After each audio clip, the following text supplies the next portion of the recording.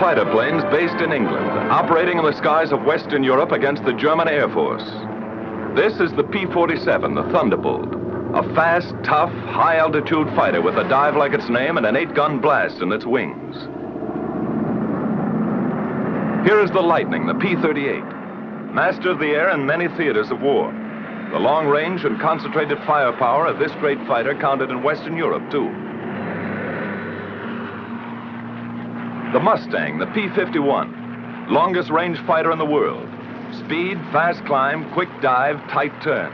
A fighter pilot's dream. Into these three great fighters, America poured its genius, its millions of man-hours of labor, its faith in victory against the Luftwaffe. And in their single cockpits, it placed its carefully chosen sons, trained to a fighting edge, trained as never before.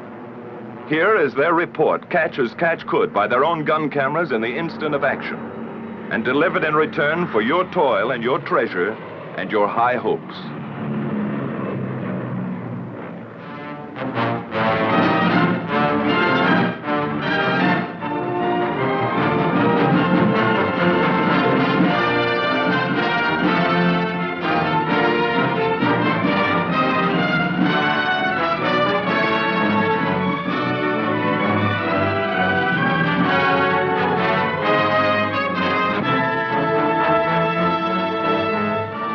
This is a Thunderbolt base in East Anglia on the east coast of England. One of many such bases from which our fighter planes swarmed up into the far red yonder of battle to the east.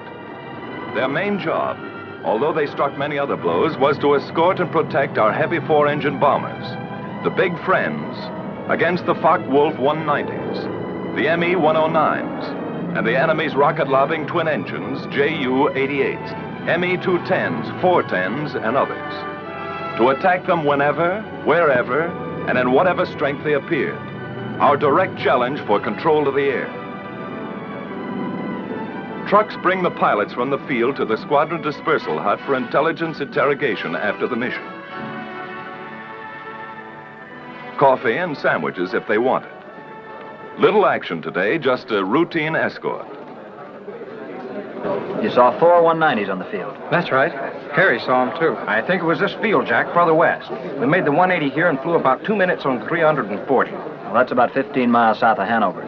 We thought that field was knocked out. They seem like ordinary American boys, but look a little closer. Now they pile in a Jeep and ride to chop. They have Jeeps enough, but they like it this way. They kid a lot, high-spirited. And later they relax and enjoy the not-too-frequent sunlight. Unless some joker is present, and he usually is.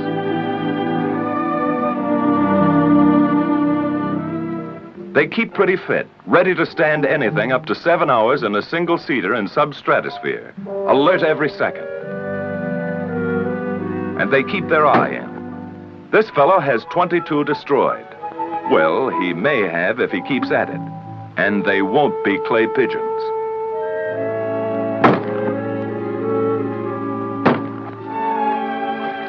The old swimming hole is the same in England as at home. They had a beautiful summer in England that day. Little aquatic practice won't hurt either. They may have to make a high dive with chute and become a channel swimmer almost any time. Of course, it gives their airborne pals a fine chance to practice low flying a bit.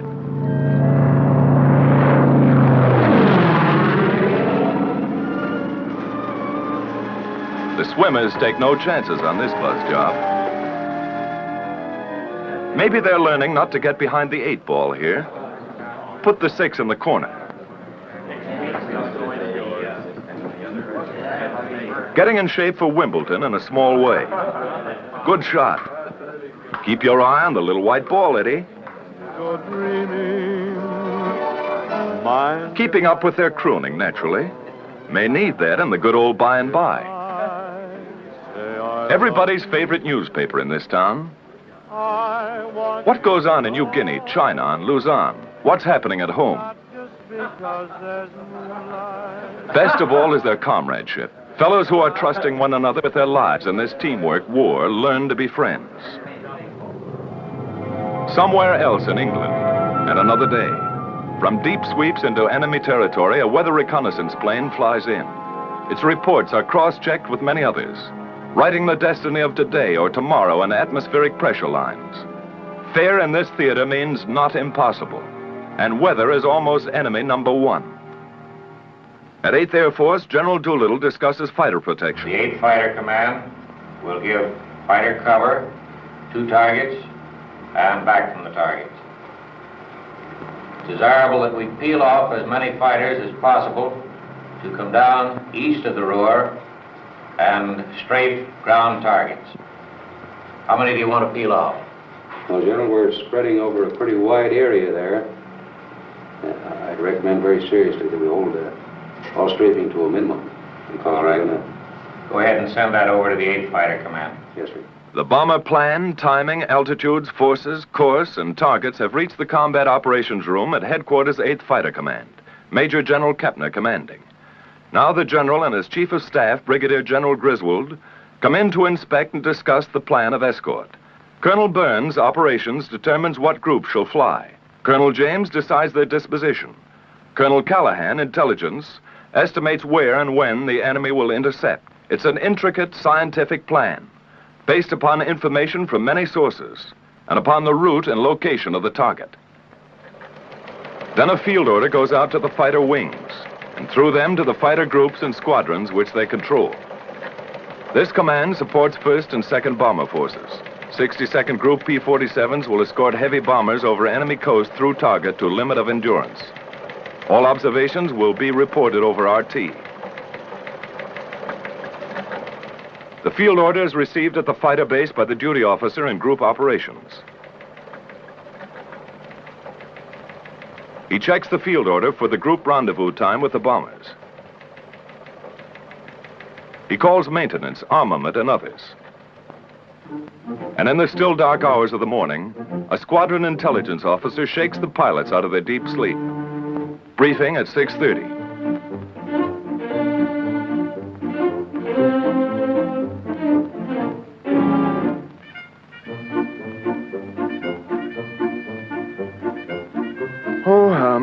Why can't they fight the war at a reasonable hour?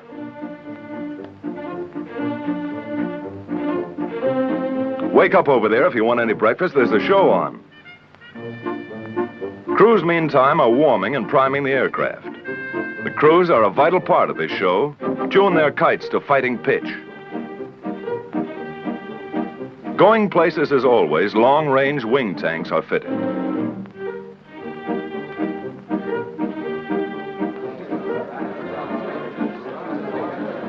Now briefing and everybody present. The colonel comes in. These fellows are veterans of many missions, so he gives them the essentials without ceremony. Okay, boys, today we're going to escort 10 boxes of bombers, 36 ships to each wing. We're on the front end of the 1st Task Force, picking them up in the Mannheim area, around the target, about 20 miles east of Mannheim, at which time we will proceed up to the aerodromes north of Frankfurt, where we will strafe. Now today, I want to use the same system we used the other day. That is, dividing the field up into sections, one squadron only on the field at one time. When the ammunition is expended from that squadron, you'll move up and let the other top cover squadron come down and strafe. Okay, boys, we'll start engines at 8:50, take off 8:58 to 9:06, rendezvous with the big friends 11:04, escort until 11:24, strafe until 12:16. The pilots make notes on the back or palm of their left hands. No chance of losing that little memo in a moment of excitement, or not much chance. Okay, any more questions? Intelligence? Intelligence takes over. Gentlemen, you may expect considerable enemy opposition today. The Germans have brought in some 100 single-engine fighters, chiefly 109s, some 190s, to stop the American drive across the Rhine. Watch your flank at the Rhine River, at Mannheim, and particularly in the Frankfurt area. Now, after we break escort, There are 4 aerodromes which we marked in red pins. You're free to strafe those aerodromes, but watch out for the flag. There are probably about 30 guns on each airfield. Send a flight down to silence the guns before you attempt to hit the planes on the field. Then time check. A minute is a long time for an air fighter. In 10 seconds, the time will be exactly 0658. Good luck, man.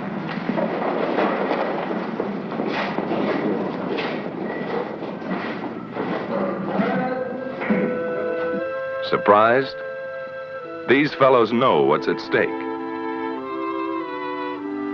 Each man takes his emergency kit and empties his pockets. A scrap of paper might tell a big story to enemy intelligence if he has to bail out. Last but not least, each pilot picks up his chute and rubber dinghy on the way out. 20 minutes before takeoff time, trucks bring the pilots to their planes. The group leader gives his own flight special instructions. Techniques are proven and fairly standard, but they're rugged individualists, these fighter boys, and each leader has a few ideas of his own. All right, let's get aboard. Helmet is not only for warmth, it holds radio earphones too. Oxygen mask contains the mic. No hands to spare on this one-man kite. Here this pilot will fly and fight in the icy substratosphere or dusting the treetops of Germany for anything from 4 to 7 hours. Oh, my aching back.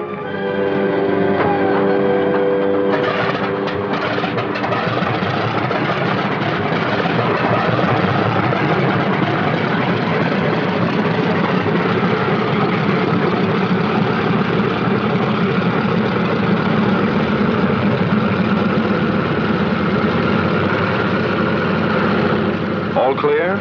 Let's go. Takeoff by 2s on the quarter minute. Element leader and his wingman. Expert takeoffs and landings are a point of pride with every squadron.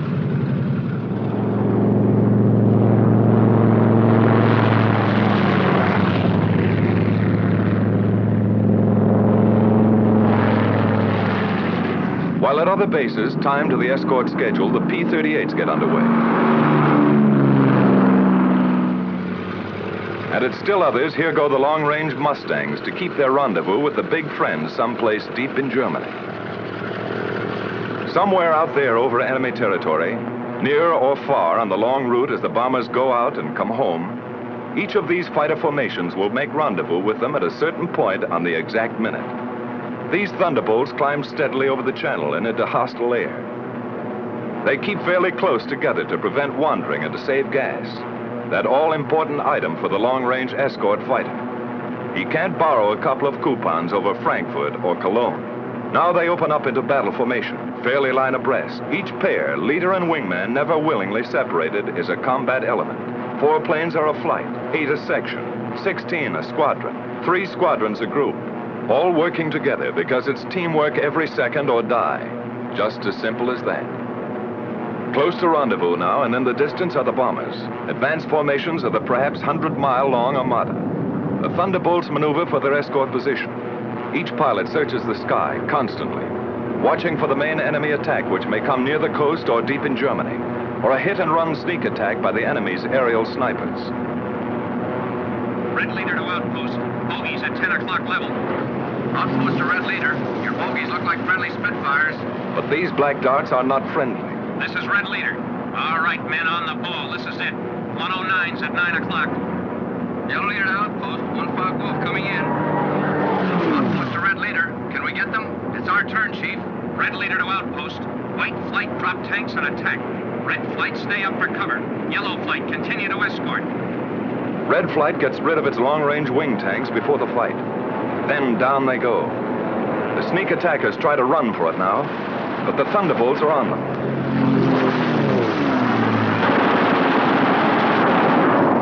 With the touch of the finger on the stick, a camera and 8 machine guns are put into action. Small cameras set on the wings make the record. Poor pictures due to gun vibration. But you see it when it happened, as the pilot saw it.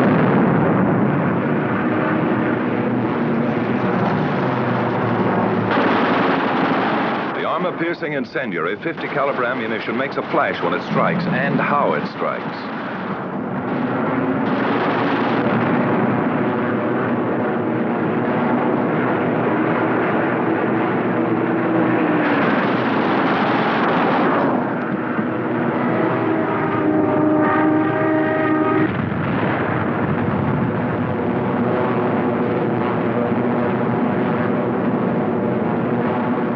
Bombers, ready with their own guns for anything that slips through, didn't need them this time. All over now, just a skirmish, part of the escort routine. The flight reforms and climbs to regain its position with the rest of the squadron.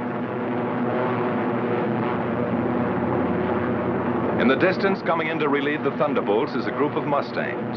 This is Red Leader. Okay, men, it's time to break escort. Mustangs coming in at 8 o'clock. The Thunderbolts break escort. They head for home, watching for every possible strafing target on the way. The Mustangs, far in the distance, sweep the surrounding sky as they come in. Next to the belly or wing tank, which doubled the fighter range, the most important feature of long-range fighter escort was the relay system. Because of differences in bomber and fighter speeds and the need of much weaving, fighters used up their time and distance almost twice as fast as the bombers. Thus, the same group of fighters could remain with the bombers only 25 to 40 minutes out of a 6 or 8 hour mission, going and coming. And 1,000 fighters might be needed to keep anything from 40 to 100 on the job at all times. While the enemy could strike with 250 at any point he selected, our fighter groups had to relieve one another at rendezvous points all along the route, like this. Simple in diagram, but difficult in the limitless, often weather-blinded spaces of the enemy air. It took planning, leadership, and most of all, it took individual fighting skill and courage to match the enemy's tactical advantages. Forewarned an hour and a half by his radar as our bombers gained altitude over England, he had plenty of time to mass his fighters at his chosen point of attack and to outnumber our escort at anything from 2 to 1 to 10 to 1. This captured film shows how quickly the 109s and the Focke-Wulf 190s got into action. They were as grimly determined to stop these great daylight thrusts into their industrial heart as our bombers and fighters were resolved to press them home to the hilt.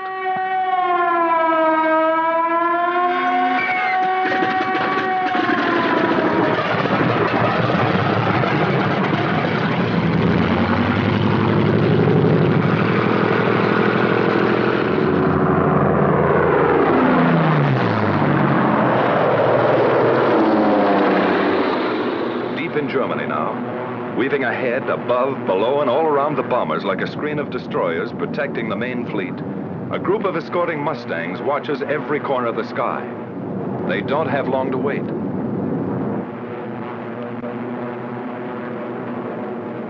Ceaseless training plus battle experience has taught them to recognize the enemy almost by instinct. Where they are, how they act.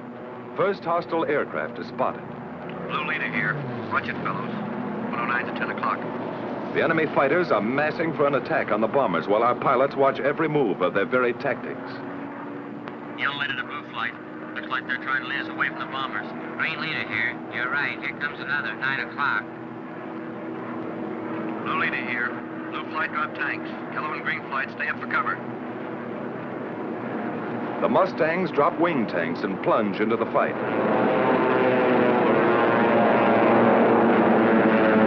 The head-on dive through the fortress's formation is a favorite.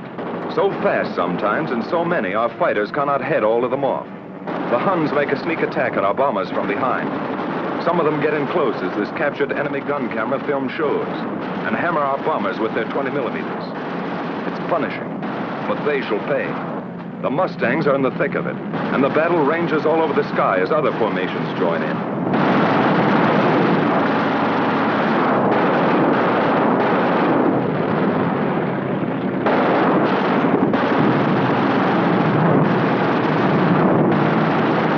Jerrys attack in waves and sometimes inflict great damage before they're driven off.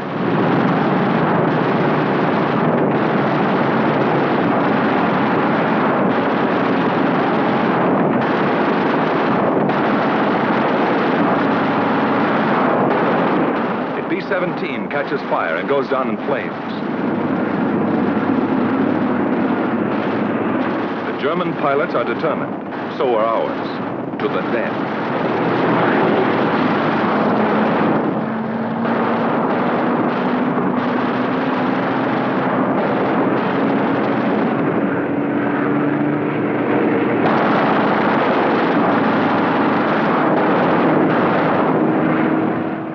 Tail shot off, but still going ahead. And still they come.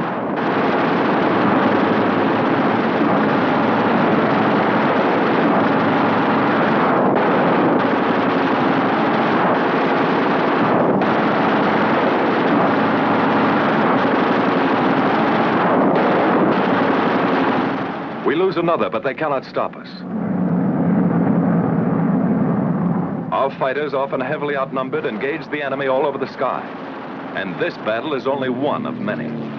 Day after day, month after month, Mustang, Thunderbolt, Lightning against the ME-109s and the FW-190s. Our fighters attacked, attacked. 2 into 10, 6 into 50.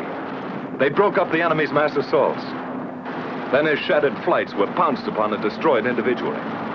Our victory column soared at the rate of 4 to 1. Great and gallant days they were. Many new aces, many empty places. Victory, victory, death, victory, victory.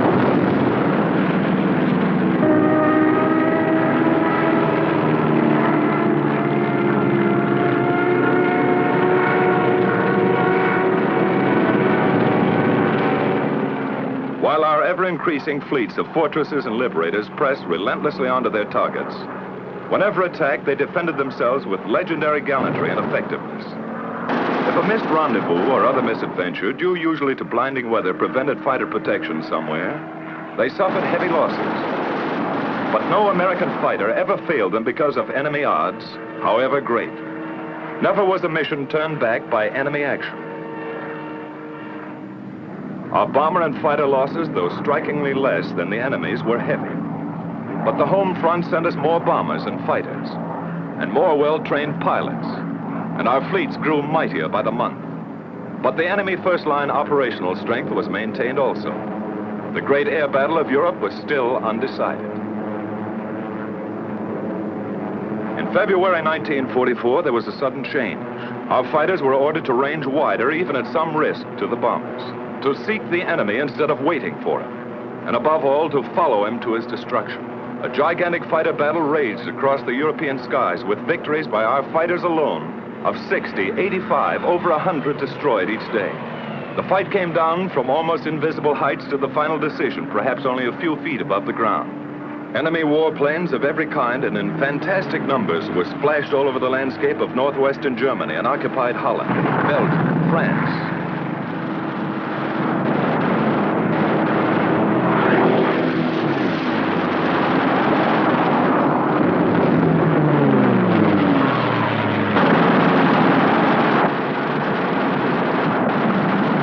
Watch this 190 hit the dust.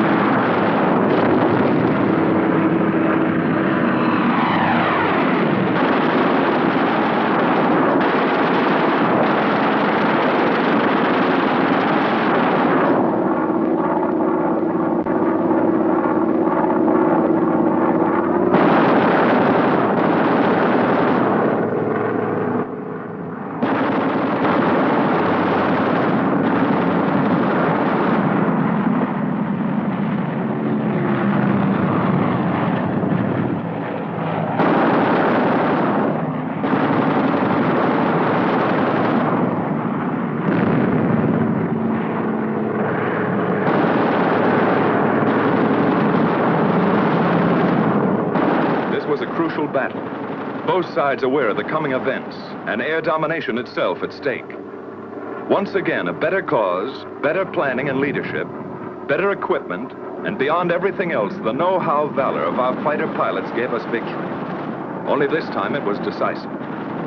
So many of his aircraft exploded over his own forests and housetops, or were driven, flaming wrecks, into the ground. So many of his famous fighter leaders met death at the hands of some grimly determined boy from Illinois, or Wyoming, or wherever, that his morale was shattered. His defense plan was smashed. The Luftwaffe cried, "Enough."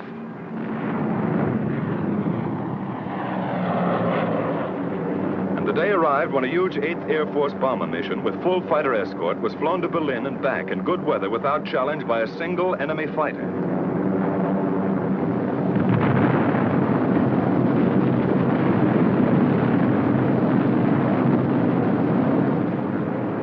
Quickly now, our long-range escort fighters seized their opportunity. Since the enemy did not come up to fight, down they went to blast his planes to pieces and burn them on his own aerodromes all over Western Europe in the very heart of Germany. It was the most savage and devastating fighter ground attack on record. Returning from unchallenged escort duty and on many special missions, they burned his aircraft by hundreds, harried him from one airfield to another, forced on him a degree of dispersal ruinous to his efficiency.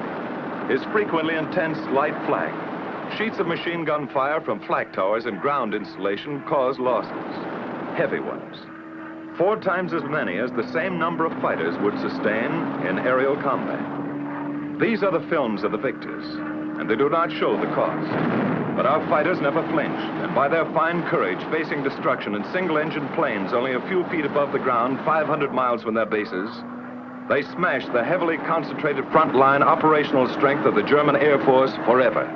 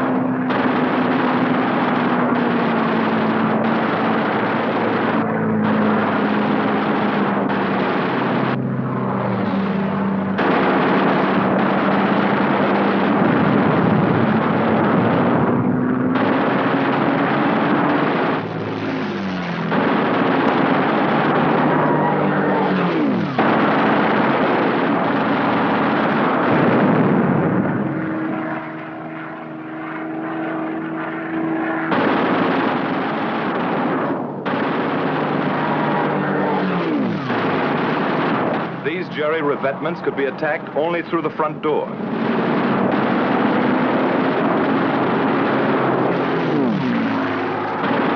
These copied Allied Invasion Day stripes failed to deceive our pilots.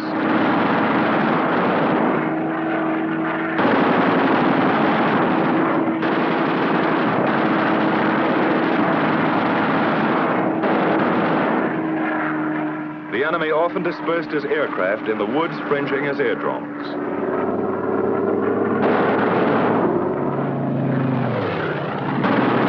Always open season on this kind of sitting duck.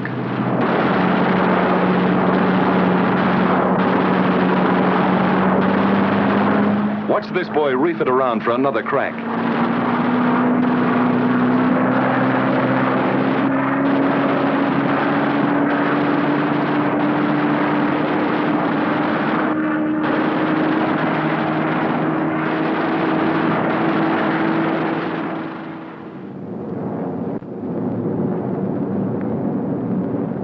Steady, relentless bombing of Germany went on without ceasing. Against the enemy's occasional desperate efforts to intercept, we maintained fighter escort every step of the way. But the sky was ours, and another great opportunity was ours. His teeming, widespread, intricate transportation system, feeding and supplying the great armies which he counted upon to throw our invasion forces back into the sea. Then something happened.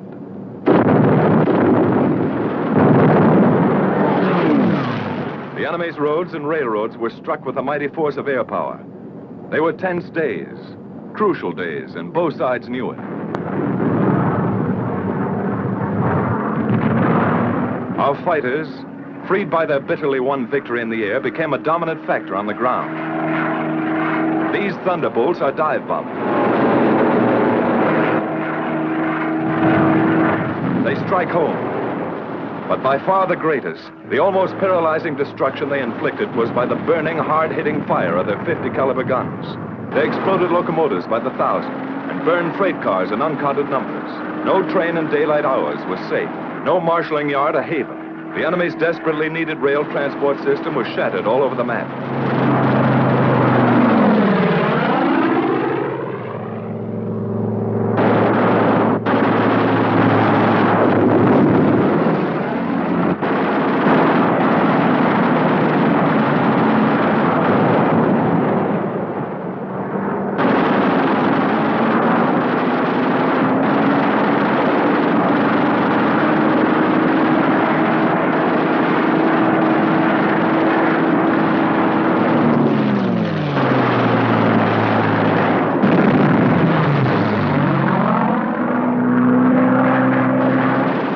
Tank goes up, one of many.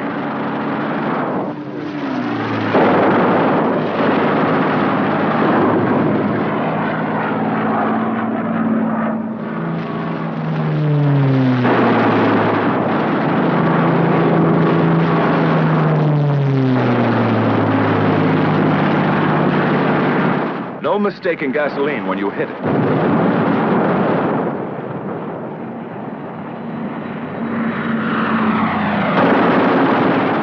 Too small, even a single railroad car.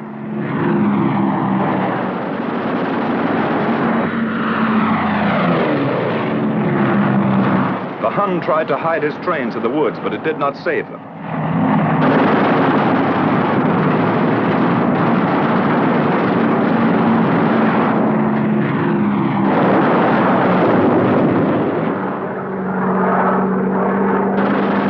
His diversion of traffic to slow-moving barges was no escape. The hail of our fighter fire swept the canals.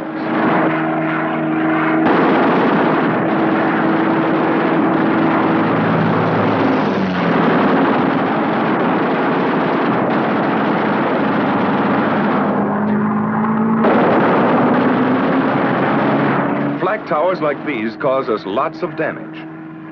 They took plenty in return. Radio and radar stations came in for a special beating. Flak and machine gun defense was forced upon the enemy wherever he hoped to move. It was intense. Watch these bursts of light flak. Much of it our skillful pilots knew how to avoid. Some of it cost us grievous losses. None of it turned us aside.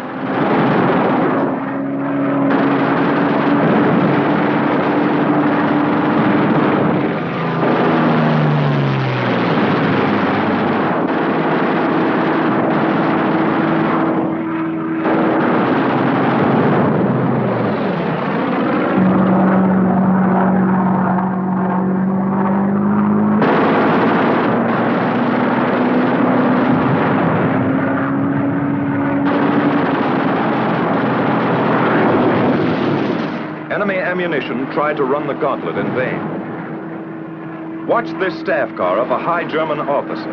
Was it Rommel? Could be. At the same time came such a scourge of road traffic as never before known. The enemy could move his convoys effectively only at night, was delayed and destroyed wherever he turned the wheel. What did this mean to the German armies in the West? How did it count on Invasion Day and the Battle of Normandy? Here is the picture of the enemy's transportation system as he was able to take it into the crucial test. Yes, this is the report our fighter pilots send back to you. The great armadas of our bombers sailing unhindered through the enemy air. Our gallant armies driving ahead without having to keep one eye cocked over their shoulders. Their gun emplacements unobserved.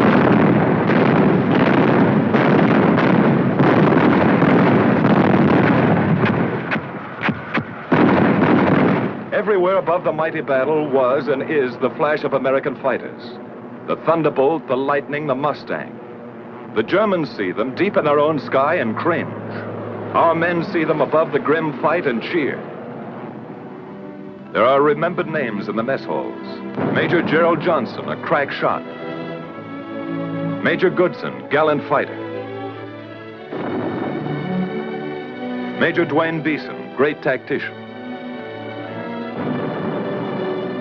Captain Eugene O'Neill, one of the best. Major Don Gentili ran up a flaming record. Colonel Don Blakesley, great leader of 4th Group. Major Walker Mahurin, one of the first and best of the great aces. Major Bob Johnson and all his victories. Lieutenant Colonel Gabreski, with a great career. And Colonel Hubert Zemke, famous commander of 56. A score of victories or more on the records of them all. Duncan, Schilling, Pretty, and many, many others. But this is not the story of our heroes. It belongs to all our gallant fighter pilots who in the decisive hour smashed the Luftwaffe and gave us freedom of the air.